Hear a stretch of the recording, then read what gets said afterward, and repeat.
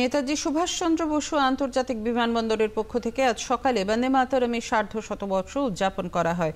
সমবেত কণ্ঠে বন্দে মাতরম সঙ্গীত পরিবেশিত হয়।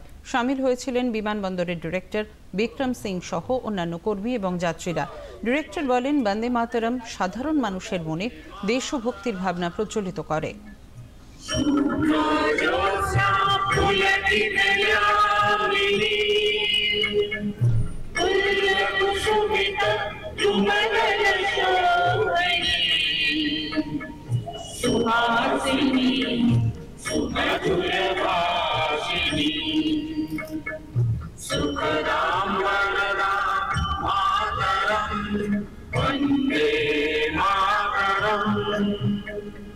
वंदे मातरम की हम सभी के लिए एक बहुत बड़ा उत्सव है और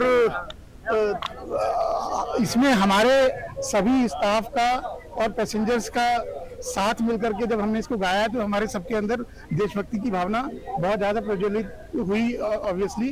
और जो है हम सब राष्ट्रभक्ति की भावना से ओतप्रोत है पूरा हमारा एयरपोर्ट, और हम सब मिलकर के एयरपोर्ट के और नेशन के विकास के लिए काम करते रहेंगे, कर रहे हैं। Thank you very much. কর্মীরা জানান, এই গান সব সময় প্রেরণা জুগিয়েছে।